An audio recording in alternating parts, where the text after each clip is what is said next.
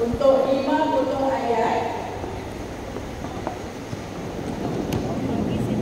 tulis saja dalam bentuk point form cover. Asalkan ada 5 butuh ayat yang menunjukkan bayangan awak tentang tempat